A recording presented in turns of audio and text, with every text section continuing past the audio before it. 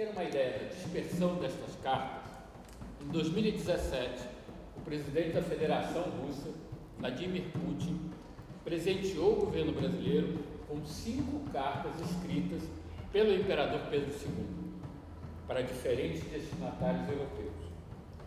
O gesto de boa vontade da diplomacia russa foi uma encomenda. O governo Putin as comprou com esta finalidade pouco antes em leilões nos Estados Unidos, que poderia ser apenas anedótico ou um mimo inusitado, confirmou que poucos sabiam àquela altura. Quase 2 centenas das cerca de 900 cartas escritas pelos imperadores brasileiros estavam em posse de colecionadores e instituições estadunidenses há quase um século e permaneciam quase todas inéditas no Brasil. O percurso das cartas é revelador do zelo que o imperador Pedro II lhes devotava, tendo carregadas do pai e as suas como um tesouro pessoal por toda a vida. Foi uma das poucas coisas pessoais que levou para o exílio após o golpe de 1899. Mas tanto a morte da imperatriz quanto do imperador, algum tempo depois, assim como os problemas financeiros, as mudanças de endereço de país, como o desencanto com a causa monarquista, vividos pela filha Isabel, nos anos que se seguiram até a morte dela em 1921, levaram a uma dispersão da correspondência, que acabou sendo em grande parte comprada por esses colecionadores estadunidenses.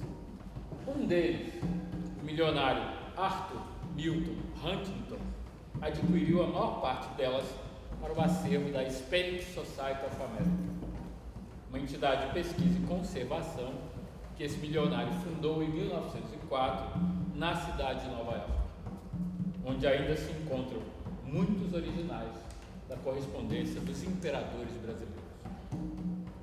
Ignoradas pelo grande público por quase 200 anos, as cartas, textos e manifestações mais privadas dos imperadores guardam não só segredos de alcova, mas também os projetos, dúvidas e desenganos do período imperial e da história da formação do Brasil.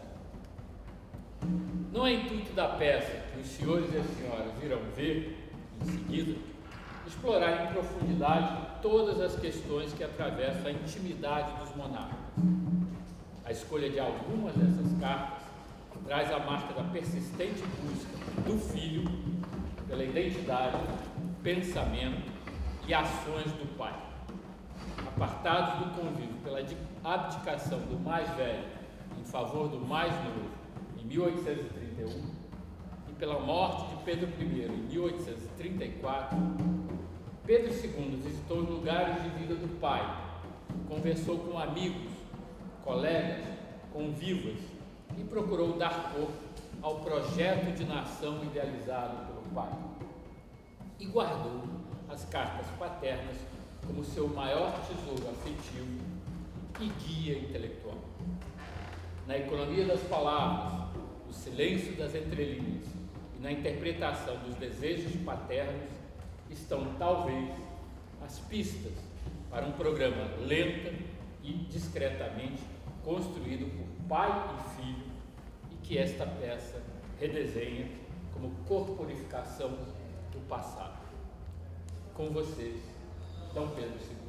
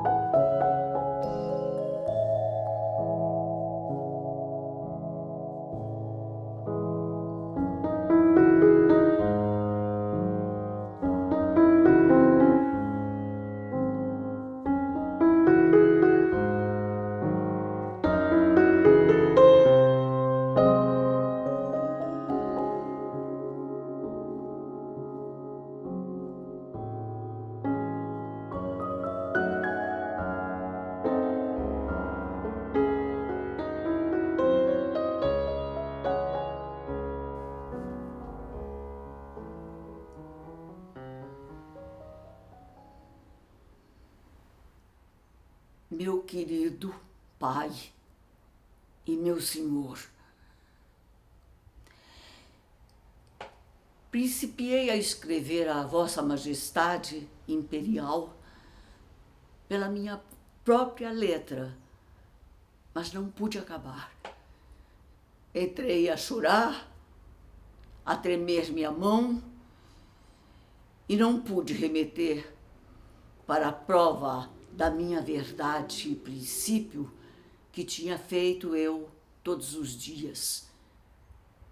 Rogarei aos céus, pelo melhor dos pais, que a minha desgraça tão cedo me fez perder.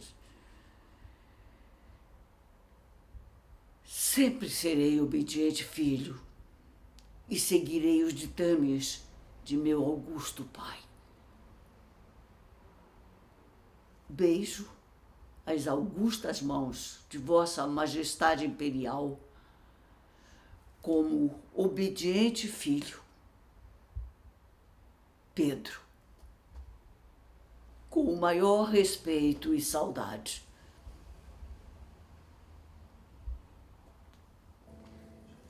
Gostaria de escolher memórias,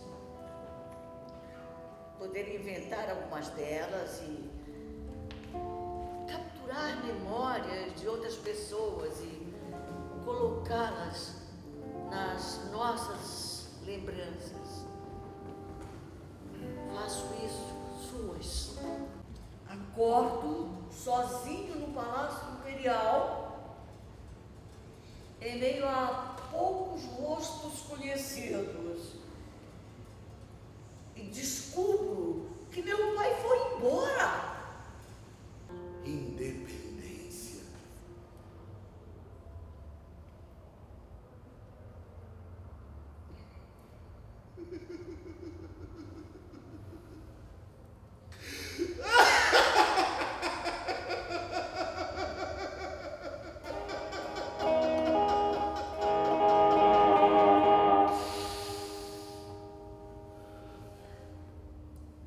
Eu sinto cheiro de independência. Independência.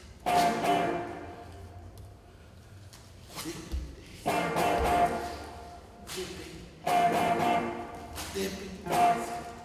Eu sinto cheiro de independência.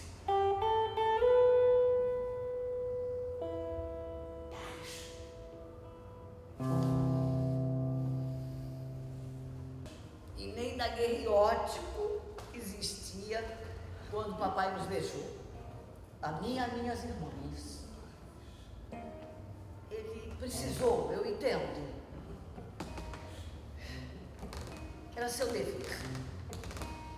Mas senti falta dele, de tê-lo conhecido, de tê-lo ao meu lado, me aconselhando como lidar com os embaraços da vida. Não que eu tenha me saído mal, não. Acho que não. Fui bem mais discreto do que ele, que era escandaloso como só.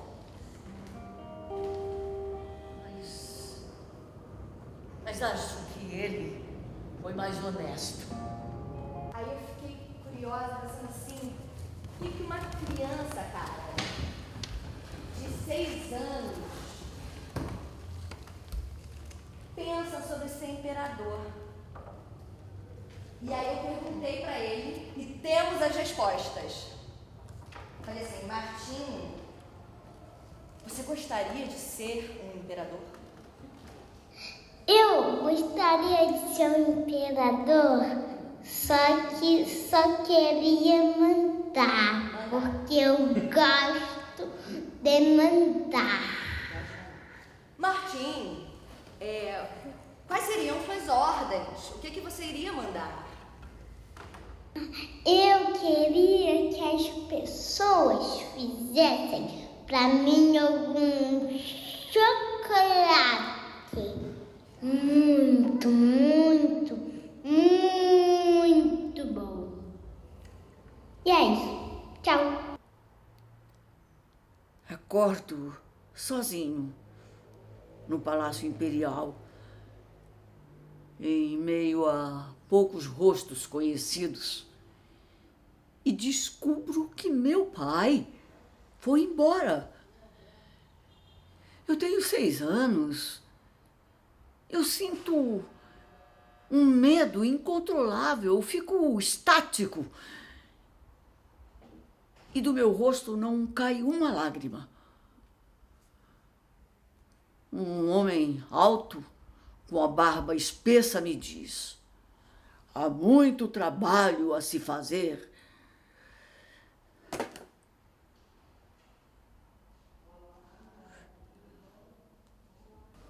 Da primeira vez que eu ouvi falar em órfão coroado, eu fiquei pensando assim, tá, órfão coroado.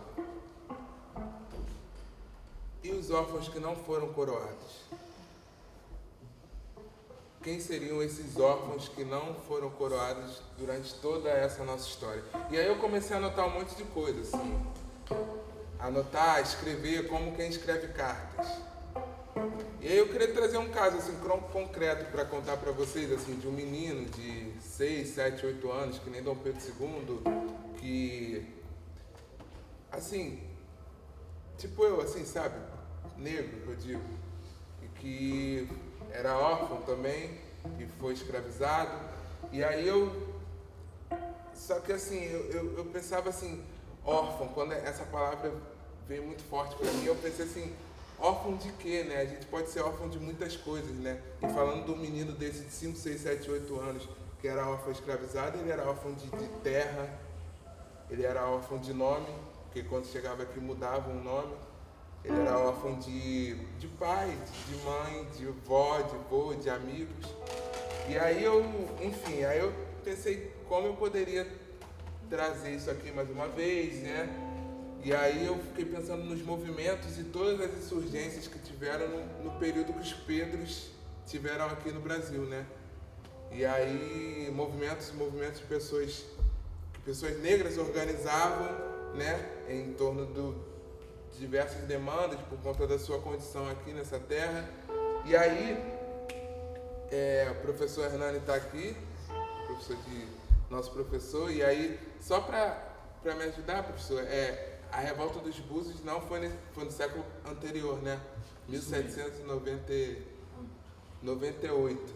A gente teve a revolta dos Búzios na Bahia, que foi uma revolta muito importante de pessoas negras que desencadeou num outro movimento, que foi o da independência da Bahia já no século depois, que é o século que os Pedros já estavam no Brasil. Então, assim, a independência da Bahia, eu tenho aqui notado, ela data de 2 de julho de 1823. Né, que já é século XIX. E aí foi um importante movimento, que essa data é justamente a data que os portugueses saíram da Bahia, então eles consideram que essa é a data da independência da Bahia. E nesse movimento todo a gente tivemos ícones como Maria Quitéria, que lutou com as tropas, mesmo não podendo, a gente sabe as condições da época, para as mulheres lutarem, uma mulher preta. Então, queria falar aqui de Maria Quitéria também, que foi esse ícone, e falar também das outras revoltas nesse período regencial, da cabanagem, por exemplo, que foi no estado do Pará de 1835 a 1840, a revolta de Carrancas, em Minas Gerais, que foi em 1833, Senzala Insurgente, em Campinas, que foi em 1832, a revolta de Vassouras, aquela região de Vassouras e Pati de Alferes, ali, para quem já foi lá, a gente tem outros 2 ícones naquela revolta, que foi Mariana Crioula, outra mulher negra, e Manuel Congo, que lutaram, que eram das tropas dos insurgentes, né, vamos dizer assim. A Balaiada no Maranhão, que foi de 1838 a 1841, e dentre essas e tantas outras revoltas e movimentos, em 1835 teve um que é muito importante aqui na história dessas Américas aqui que a gente vive, que é a Revolta dos Malês. Não sei quem já ouviu falar aqui, Revolta dos Malês, não sei quem tem esse conhecimento. A Revolta dos Malês, em 1835, dela eu cheguei a uma outra coisa, que é um livro, que é muito importante aqui nessa história desse país que a gente está vivendo também, que é esse livro aqui, Um Defeito de Cor. Eu não sei quem já ouviu falar, quem já leu. Alguém já leu esse livro aqui? Luciana Luiz. É um livro de outra mulher negra que se chama Ana Maria Gonçalves, mineira, que é uma grandiosíssima obra desse Brasil e do mundo, e ela conta justamente a história de outra mulher negra como ela, só que africana, que foi escravizada no Brasil. E é um livro enorme, tem um peso maior do que parece, porque é uma vida aqui dentro. Então, assim que eu pensei em Revolta dos Malês, eu pensei nesse livro, porque justamente tem tudo a ver. E aí, no Defeito de Cor, a Ana Maria Gonçalves, a autora, ela começa o livro na página 9, e ela fala justamente de um termo, que eu não sei quem já ouviu aqui falar, é serendipidade, o nome desse termo. Serendipidade, eu vou ler aqui justamente o que ela botou no livro. Serendipidade então passou a ser usada para descrever aquela situação em que descobrimos ou encontramos alguma coisa enquanto estávamos procurando outra, mas para a qual já tínhamos que estar, digamos, preparados para encontrar. Então é quando você está indo, vai procurar uma coisa, acha outra e essa coisa faz todo sentido para você, enfim, serendipidade. E aí, isso ela diz na página 9.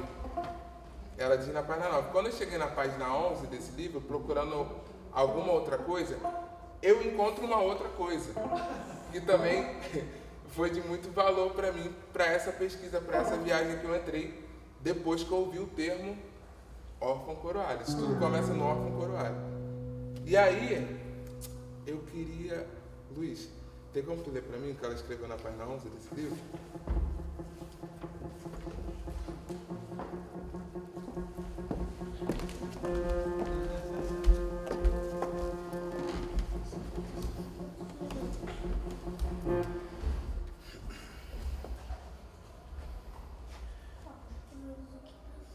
A nação malê não era apenas a mais culta entre todas que forneciam mercadoria humana para o tráfico repugnante. Em verdade, os escravos provindos dessa nação alcançavam os preços mais altos, sendo não só os mais caros, também os mais disputados. Serviam de professores para os filhos dos colonos, estabeleciam as contas dos senhores, escreviam as cartas das iaiás. Pode repetir essa parte? Escreviam as cartas das iaiás. Intelectualmente, estavam bem acima da parca instrução dos lusos, condes e barões assinalados, e analfabetos, ou da malta, de bandidos degradados à longínqua colônia. O mais culto dos malês era o Alufá Licurã. Levantaram-se os escravos, dominaram e ocuparam a cidade. Logo derrotados pelo número de soldados e pela força das armas, a ordem dos senhores furiosos foi matar todos os membros da nação malês, sem deixar nenhum. Homens, mulheres e crianças, para exemplo. Ordens executadas com requintes terríveis, para que o exemplo perdurasse. Assim aconteceu. Obrigado. Obrigado.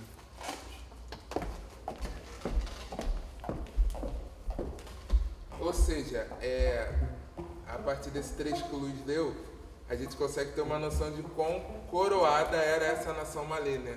Era uma nação realmente coroada que tinha uma dignidade de soberana mesmo, porque a história dela não começa no Brasil, começa bem antes, e muitos e muitas foram trazidos para cá com tudo que sabiam fazer, né? E deixaram ainda de herança, enfim.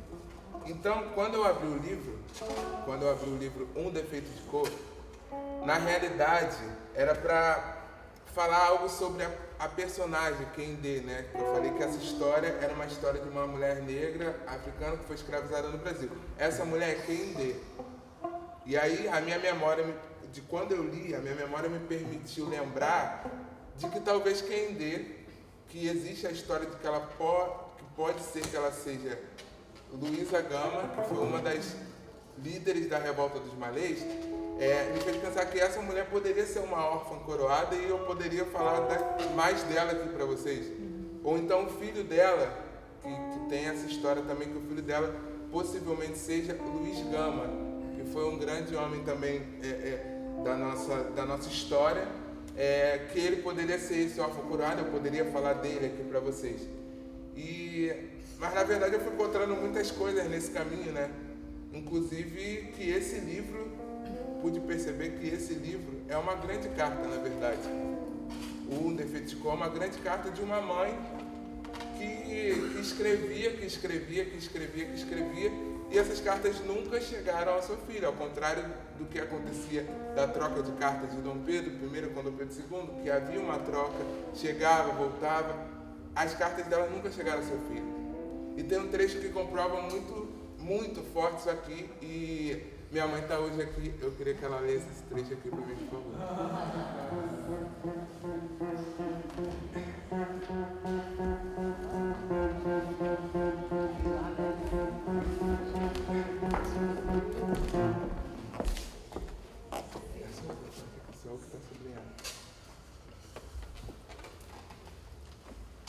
Savalu, Uidá, Ilha dos Frades, São Salvador, Itaparica, São Luís, Cachoeira, São Sebastião, Santos, São Paulo, Campinas, Uidá, Lagos. Era lá, em África, que eu deveria morrer, onde tinha nascido. Mas aqui estou, indo morrer no Brasil, na sua terra. Será que posso considerar isso uma última homenagem? Como a única coisa que uma mãe à beira da morte pode fazer por um filho.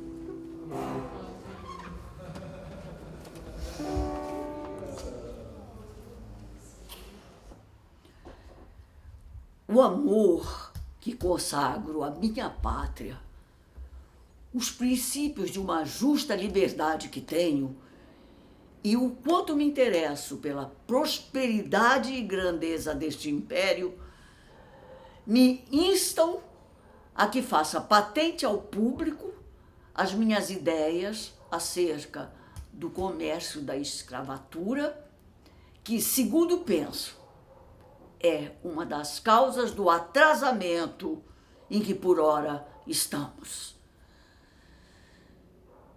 Poucas pessoas ignorarão que a escravatura é o cancro que rói o Brasil. Posto isto, é mister extingui-la. Ao primeiro golpe de vista, saltam aos olhos os imensos e incalculáveis males que a escravatura nos traz consigo. Estes males são o justo prêmio de um direito por nós arrogado e não adquirido, porque não me consta que haja direito algum dos homens se escravizarem uns aos outros. Deixamos de ser industriosos, não buscamos modo algum de ganhar a vida, nem em particular, nem em público. Não fazemos invenção alguma para vivermos. Porque quem tem um escravo manda-o a ganho. Não lhe importa que ele roube, fira ou mate, contanto que ele lhe traga o dinheiro que lhe estipulou por dia.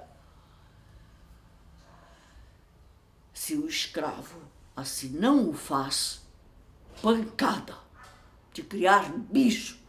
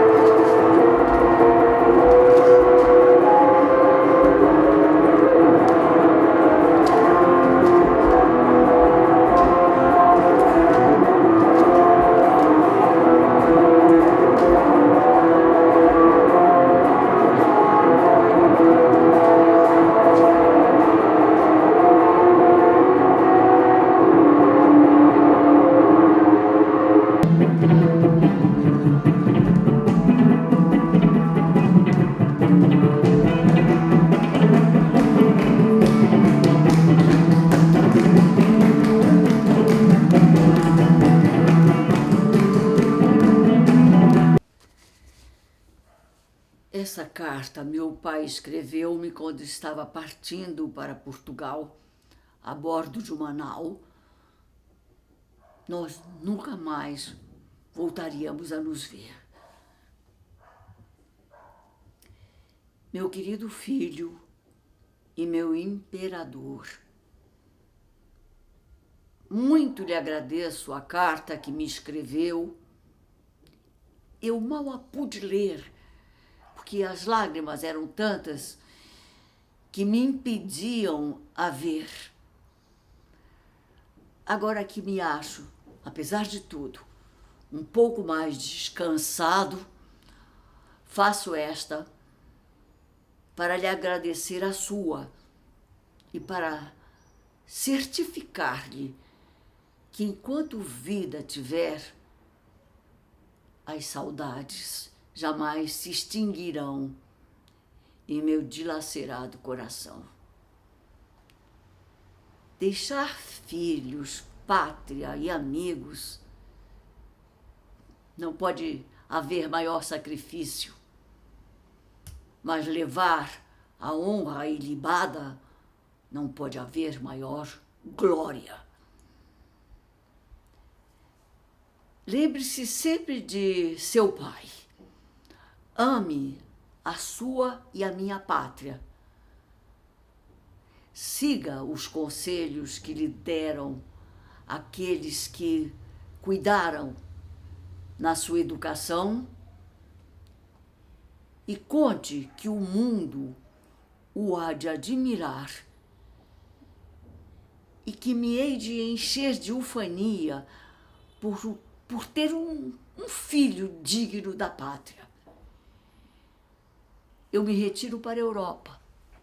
Assim é necessário para que o Brasil sossegue e que Deus permita e possa para o futuro chegar àquele grau de prosperidade de que é capaz. Adeus, meu amado filho. Receba a bênção de seu pai, que se retira saudoso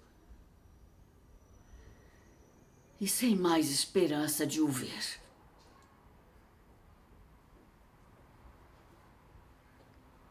Hoje é dia de festa, com as nossas almas, pra menino não sei quem, uma salva de palmas.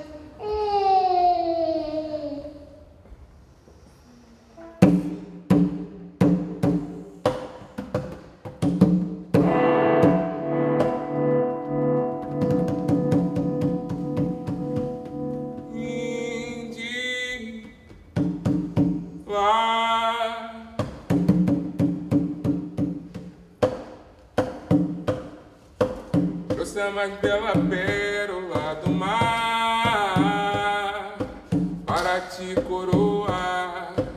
Vim de lá, pela floresta de algas pude andar. Eu nem sei como eu vou contar, nem sei como.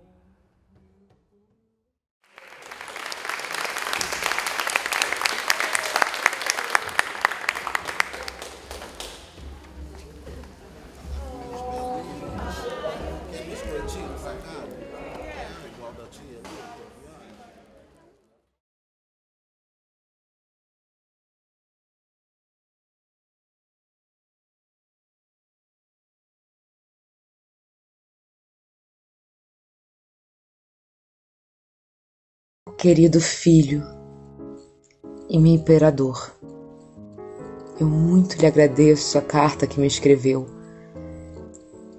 Eu mal pude a ler, porque as lágrimas eram tantas que me impediam de a ver. Agora eu me acho, apesar de tudo, um pouco mais descansado, e faço esta para lhe agradecer a sua e para certificar-lhe que, enquanto vida tiver, as saudades jamais se extinguirão em meu dilacerado coração. Deixar filhos, pátria, amigos, não pode haver maior sacrifício. mas levar a honra ilibada não pode haver maior glória. Lembre-se sempre de seu pai. Ame a sua e a minha pátria. Siga os conselhos que lhe derem aqueles que cuidarem na sua educação. E conte que o mundo o há de admirar e que me hei de encher de ufania por ter um filho digno da pátria. Eu me retiro para a Europa. Assim é necessário para que o Brasil sossegue. O que Deus permita e que possa para o futuro chegar àquele grau de prosperidade que é capaz. Adeus, meu amado filho. Receba a bênção de seu pai, que se retira saudoso e sem mais esperanças de o ver. O tempo em que se respeitavam os príncipes unicamente por serem príncipes acabou-se. No século em que estamos, em que os povos se acham assaz instruídos por seus direitos, é mister que os príncipes igualmente sejam e reconheçam que são homens e não divindades, e que lhes é indispensáveis terem muitos conhecimentos e boa opinião para que possam depressa serem mais amados do que respeitados. Meu filho do coração e meu imperador, adeus, menino querido. Delícia da minha alma, alegria dos meus olhos, filho que meu coração tinha adotado. Adeus para sempre. Ah, querido menino, se eu fosse tua verdadeira mãe, se meu ventre te tivesse concebido, nenhum poder valeria para me separar de ti. Nenhuma força te arrancaria dos meus braços. Mas tu, anjo de inocência e de formosura, não me pertences, senão pelo amor que dediquei a teu augusto pai. Adeus, pois, para sempre. Tive a honra de receber de vossa magnitude uma carta datada de 3 de agosto, na qual vossa majestade me repreende pelo meu modo de escrever e falar da facção luso-espanhola. Se vossa majestade me permite, eu e meus irmãos brasileiros lamentamos muito e muito o estado de coação em que vossa majestade jaz sepultado. Se o povo de Portugal teve o direito de se constituir revolucionariamente, está claro que o povo do Brasil tem esse direito dobrado, porque se vai constituindo respeitando-me a mim e as autoridades estabelecidas. Eu, como príncipe regente do Reino do Brasil e seu defensor perpétuo, hei por bem declarar todos os decretos preteridos dessas facciosas, horrorosas, maquiavélicas, desorganizadoras, hediondas e pestilentas cortes que ainda não mandei executar, e todos os males que fizeram parar o Brasil, nulos, írritos e inexequíveis, e como tais, com um veto absoluto que eis sustentando por todos os brasileiros e os brasileiros que unidos me vão me sustentando. A intolerância que não é independência, a qual vão mostrando os partidos, reclama todo tino no modo de proceder a eles. Amanhã, se não hoje mesmo, 29 de abril, pode chegar minha filha. Eu desejo que ela vá lendo logo essas páginas, a fim de que em tempo me peça as explicações que repute necessárias e convencida de que só quero que atenda esses meus conselhos, mas depois, com inteira liberdade, de um ânimo consciencioso e refletido. ao maior acordo entre mim e o Ministério, e creio que ele procederá quanto às reformas segundo o que eu já expus. É um excelente serviço prestado à nação, e em outro qualquer, segundo tudo o que se tenha passado, não poderia prestá-lo com as câmaras atuais. A maioria do Senado é do partido do Ministério, embora este corpo quase sempre proceda conforme a sua natureza constitucional e a da Câmara dos Deputados, ainda mais. Tudo que me ainda ocorreria nesse instante seria desenvolvimento do que já disse. E para descer a hipótese, nunca escreveria bastante e talvez cortasse a liberdade de procedimento de quem deve tê-la completa dentro dos limites da consciência esclarecida. Além de que, na minha leitura da História Universal de Cantu, encontrei hoje, ainda há pouco, essa citação da compilação das obras escritas sobre os Ming, de Du Hao, e que acrescenta e termina com a seguinte sentença: não é esta uma das causas gerais de ruína das monarquias? 3 de maio. Pretendo entregar-lhe este livro à tardinha. Nada tenho a acrescentar, mas falo-ei, se eu entender necessário, mesmo por causa da conversa que talvez suscite a leitura dessas páginas e será de utilidade.